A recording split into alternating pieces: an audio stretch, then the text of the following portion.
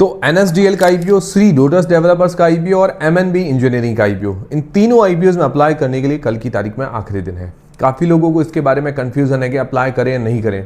तीनों आईपीओज का final update क्या है वो हम जानेंगे इस वीडियो के अंदर, लॉन्ग टर्म और लिस्टिंग एज दोनों के हिसाब से। सारी चीज़ें मैं आपकी क्लियर करूंगा। डिसीजन आपको अपनी रिस्क, अपना एनालिसिस लगा के बनाना है। तो शुरू करते हैं वीडियो को। कैसे हैं आप सब लोग? उम्मीद करता हूँ काफ़ी अच्छे होंगे। और टेलीग्राम, इंस्टाग्राम फ्री में डीमेट अकाउंट सबकी लिंक डिस्क्रिप्शन के अंदर मिल जाएगी, तो ज्वाइन करके रख लीजिए। ऑफिशियल यूट्यूब से ही ज्वाइन कीजिए ताकि छोटा मोटा अपडेट और जानकारी मिलती रहे। सबसे पहले दोस्तों, जो NSDL का आईपीओ है, उस आईपीओ में अप्लाई करने के लिए कल की तारीख में आखिरी दिन है। तो फाइनल अपडेट जानते हैं। सबसे पहले लिस्टिंग गेंस के हिसाब से जो लोग अप्लाई करना चाहते हैं, तो जनरली हम हमारे 4 पैरामीटर्स देखते हैं। ये सिर्फ रिस्क मापने के लिए देखते हैं कि भाई इसके अंदर रिस्क कितना है, कम है या ज़्यादा है, मतलब अलग अलग पॉइंट्स पे हम इसको देखते हैं। सबसे पहली चीज देखते हैं GMP, ग्रे मार्केट का प्रीमियम। जैसे ग्रे मार्केट का प्रीमियम अंदाजा ही होता है, बट एजुकेशन पर्पस के लिए, एक रेफरेंस के लिए हम देख लेते हैं। तो GMP जो चल रही है करीब करीब 15 से 20% के बीच में लगातार मूव हो रही है। अभी लेटेस्ट अगर ग्रे मार्केट का प्रीमियम देखें तो 16% के आसपास बता रहा है। 130 रुपये पर शेयर एक अंदाजन ग्रे मार्केट का प्रीमियम है, तो 20% से कम है। तो जनरली मैं यहाँ पर आधा पॉइंट इसको देना चाहूँगा, हाफ पॉइंट।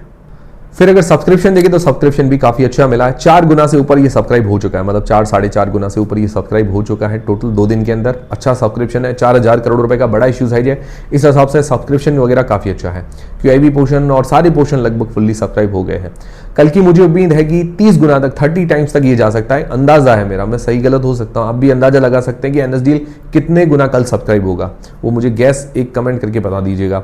मुझे लग रहा है 30 गुना के आसपास सब्सक्राइब हो जाएगा। तो अभी सब्सक्रिप्शन भी अच्छा है, जिस हिसाब से बड़ा इश्यू साइज है, तो सब्सक्रिप्शन में पूरा 1 पॉइंट देना चाहूँगा। फिर एंकर लिस्ट काफ़ी अच्छी आई है, लगभग 8 साढ़े 8 जैसी रेटिंग दी थी हमने, तो एंकर लिस्ट के अंदर भी मैं 1 पूरा नंबर देना चाहूँगा। फिर चौथी चीज़ है, चौथा पैरामीटर है हमारा वैल्यूएशंस भी रीजनेबल है अपने पीयर्स के मुकाबले। जो CDSL है उसके मुकाबले प्राइस टू बुक के हिसाब से, PE वाइज दोनों के हिसाब से वैल्यूएशंस एकदम रीजनेबल नजर आ रही है। तो वैल्यूएशंस के अंदर भी पूरा 1 पॉइंट देना चाहूँगा। तो 4 में से लगभग 3.5 पॉइंट बन रहे हैं, मतलब रिस्क कम है।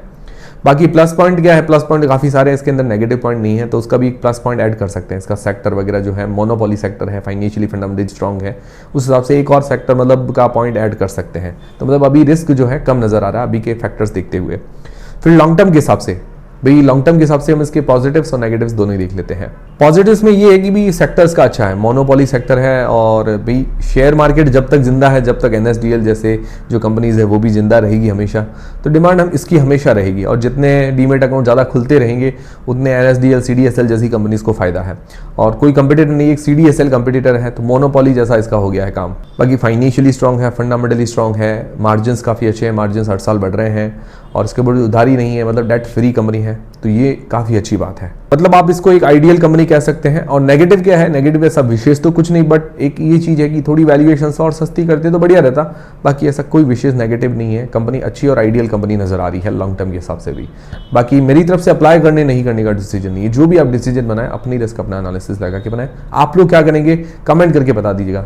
मैंने तो पर्सनली आज की तारीख में NSDL के अंदर अप्लाई कर दिया है। फिर दोस्तों, श्री लोटस डेवलपर्स का आईपीओ, उस आईपीओ में अप्लाई करने के लिए कल की तारीख में आखिरी दिन है। सबसे पहले जो लोग लिस्टिंग गेंस के हिसाब से अप्लाई करना चाहते हैं, मैंने आपको बता दिया, हमारे 4 पैरामीटर्स देखते हैं, नॉलेज, जैज पैरामीटर्स। सबसे पहला देखते हैं GMP।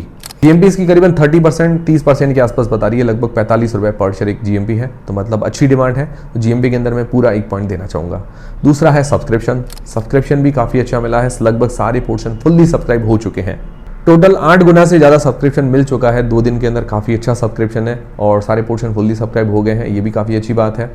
और इसके अंदर भी मुझे उम्मीद है कि 30 से 40 गुना के बीच में ये सब्सक्राइब हो सकता है कल की तारीख में, मतलब टोटल इसका सब्सक्रिप्शन है। आपको कितना लगता है वो कमेंट करके बता दीजिएगा। तो GMP और सब्सक्रिप्शन दोनों के अंदर 1-1 पॉइंट। फिर बात आती है वैल्यूएशंस की। वैल्यूएशंस मुझे ऐसा लगता है ओके, प्राइस बैंड अट्रैक्टिव है, बट वैल्यूएशंस थोड़ी और सस्ती हो सकती थी, तो यहाँ पर मैं आधा पॉइंट देना चाहूँगा। फिर एंकर लिस्ट भी अबव एवरेज है, मतलब लगभग 6 रेटिंग दी थी हमने एंकर लिस्ट के अंदर, तो यहाँ पर भी आधा पॉइंट देना चाहूँगा। तो लगभग 4 में से 3 पॉइंट हो जाते हैं, तो अच्छी बात है। यहाँ पर भी ऐसा लग रहा है कि भाई रिस्क थोड़ा कम नजर आ रहा है। बाकी इसके प्लस पॉइंट और नेगेटिव पॉइंट की बात करें तो इसके अंदर प्लस पॉइंट ज़्यादा है, और ये रीडेवलपमेंट और लग्जरी सेगमेंट के अंदर डील करती है, इसके प्रॉफिट मार्जिन अच्छे हैं, तो इसका भी हम आधा और 1 पॉइंट ऐड कर सकते हैं। तो ये हो गई लिस्टिंग गेंस के हिसाब से बात कि भाई अभी रिस्क तो कम नजर आ रहा है, जो फैक्टर्स हम देख रहे हैं। बाकी अप्लाई करने नहीं करने का मेरी तरफ से डिसीजन नहीं है। फिर लॉन्ग टर्म के हिसाब से वही बात करें तो लॉन्ग टर्म के हिसाब से पॉजिटिव्स और नेगेटिव्स दोनों ही देख लेते हैं। पॉजिटिव्स में ये है कि भी ये सेक्टर डिमांडिंग काफ़ी ज़्यादा है, रियलिटी सेक्टर है, ये कंस्ट्रक्शन वाला सेक्टर काफ़ी डिमांडिंग है, कंपिटिटिव बिजनेस भी खूब है। बाकी इसकी एक स्पेशलिटी मैंने आपको बताई, लग्जरी मतलब अपार्टमेंट बनाती है और रीडेवलपमेंट करती है, तो ये इसको थोड़ा अपने सेक्टर से अलग बनाता है, ये इसके लिए काफ़ी अच्छी बात है। बाकी फाइनेंशियली स्ट्रॉन्ग है और प्रॉफिट मार्जिन हर साल बढ़ रहे हैं और 40% से ऊपर के प्रॉफिट मार्जिन है 2025 के अंदर, काफ़ी अच्छी बात है। फंडामेंटली स्ट्रॉन्ग है, एंकर लिस्ट अच्छी आई है। फिर नेगेटिव्स क्या है? नेगेटिव्स देखिए, एक तो मैंने आपको बताया कि भाई वैल्यूएशंस थोड़ी और सस्ती करते तो बढ़िया रहता, बाकी आईपीओ के पैसे से थोड़ा डेट पे कर लेते तो बढ़िया रहता। बाकी डेट भी कंट्रोल के अंदर है और इस वैल्यूएशंस के अंदर भी इतनी ज़्यादा दिक्कत वाली बात नहीं है। ओवरऑल ये भी लॉन्ग टर्म के लिए अट्रैक्टिव नजर आ रही है। बाकी आप लोग क्या करेंगे, अप्लाई करेंगे नहीं करेंगे, वो कमेंट करके बता दीजिएगा। जो भी आप डिसीजन बनाएं अपनी रिस्क अपना एनालिसिस लगा के बनाएं।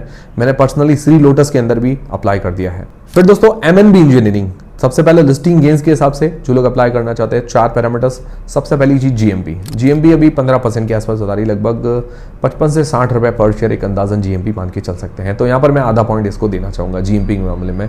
सब्सक्रिप्शन देखा जाए, सब्सक्रिप्शन भी ठीक ठाक मिल रहा है, लगभग 2.5 गुना से ऊपर सब्सक्रिप्शन मिल चुका है इस आईपीओ का, तो यहाँ पर भी मैं इसको आधा पॉइंट देना चाहूंगा। वैल्यूएशंस के मामले में बात करें तो एमएनबी इंजीनियरिंग की वैल्यूएशंस मुझे सबसे बढ़िया लगी। फेस वैल्यू 10 रुपए पर जो इसका प्राइस बैंड है, पी वाइज वैल्यूएशंस एकदम रीजनेबल है, तो यहाँ पर मैं पूरा 1 पॉइंट देना चाहूंगा। फिर बात करें एंकर लिस्ट की, एंकर लिस्ट के अंदर हमने लगभग 6.5 जैसी रेटिंग दी थी, अच्छी एंकर लिस्ट है, तो यहाँ पर मैं लगभग इसको आधा पॉइंट देना चाहूंगा। 8 से ऊपर होता तो मैं इसको पूरा 1 पॉइंट देता एंकर लिस्ट के अंदर, क्योंकि अभी दूसरे आईपीओ से कंपेयर करें उस हिसाब से मैं आधा पॉइंट दे रहा हूँ। बाकी अगर ऐसा होता कि भाई अभी इसके आसपास कोई आईपीओ नहीं है तो उस हिसाब से पूरा एंकर लिस्ट के अंदर भी 1 पॉइंट हो जाता। तो अब टोटल अगर पॉइंट 4 में से देखें तो 2.5 पॉइंट बन रहे हैं, तो 2.5 पॉइंट मतलब रिस्क थोड़ा कम है, इतना ज़्यादा रिस्क नज़र नहीं आ रहा है। बाकी इस कंपनी के अंदर भी प्लस पॉइंट है, सेक्टर कम कम्पिटिटिव है, फाइनेंशियली फंडामेंटली स्ट्रॉन्ग है ये कंपनी, तो ये इसके लिए थोड़ा सा बेनिफिट है। यहाँ पर भी अगर आधा पॉइंट अगर दे दें तो कोई दिक्कत वाली बात नहीं होगी। फिर लॉन्ग टर्म के हिसाब से जो लोग अप्लाई करना चाहते हैं तो पॉजिटिव्स और नेगेटिव्स देख लेते हैं। पॉजिटिव्स में ये है कि सबसे बढ़िया चीज, एक तो सेक्टर अच्छा है, ये कम कंपटीशन वाला अभी, मतलब इतना ज्यादा अभी कंपटीशन नहीं है, मतलब जो भी लिस्टेड कंपनी उनमें से बता रहा हूँ। फाइनेंशियली कंपनी काफी स्ट्रॉन्ग नजर आ रही है, मार्जिन हर साल बढ़ रहे हैं, ये काफी अच्छी बात है। आरओई आरओसी वगैरह बढ़िया है, वैल्यूएशंस भी रीजनेबल है, और जो ये रूफ टॉप मतलब होती है, ये जो स्ट्रक्चरल बिल्डिंग बनाती है उसके अंदर रूफ टॉप होती है, जो छतें होती है इसकी, उसके अंदर ये लीडिंग कंपनी है अपने सेक्टर के अंदर। नेगेटिव्स में क्या, नेगेटिव्स में ये कि इसके ऊपर उधारी तो है, बट आईपीओ के पैसे थोड़ी बहुत उधारी चुकाएगी, बट थोड़ी ज़्यादा चुकाते तो बढ़िया रहता। बाकी डेट कंट्रोल के अंदर है, ऐसा दिक्कत वाली बात ज़्यादा नहीं है। और एक और चीज़, 2024 में रेवेन्यू थोड़ा डाउन हुआ था, ये थोड़ा सा नेगेटिव है। तो क्या कि शेयर मार्केट में कंपनी जो होती है, लोग उम्मीद करते हैं कि कंटिन्यू ग्रोथ दिखाए, मतलब अगला जो क्वार्टरली रिजल्ट अगर पिछले के रिजल्ट से अच्छा नहीं आएगा तो क्या कि वो थोड़ा बैड इंपैक्ट डालता है इस कारण। तो बस आने वाले टाइम में हमने रिजल्ट पर फोकस करना पड़ेगा, मतलब अच्छी अगर रिजल्ट लेके आती है पिछले सालों की तुलना में, तो मुझे लगता है कंपनी की डिमांड वगैरह रह सकती है। बाकी लॉन्ग टर्म के हिसाब से ये भी अट्रैक्टिव नजर आ रही है। बाकी मेरी तरफ से अप्लाई करने नहीं करने का डिसीजन नहीं है, आप लोग क्या करेंगे, अप्लाई करेंगे नहीं करेंगे, वो कमेंट करके बता दीजिएगा। मैंने इस आईपीओ में अप्लाई नहीं किया है, कल मैं QIBs वगैरह का सब्सक्रिप्शन देके उसके बाद आराम से देख के अप्लाई करूंगा।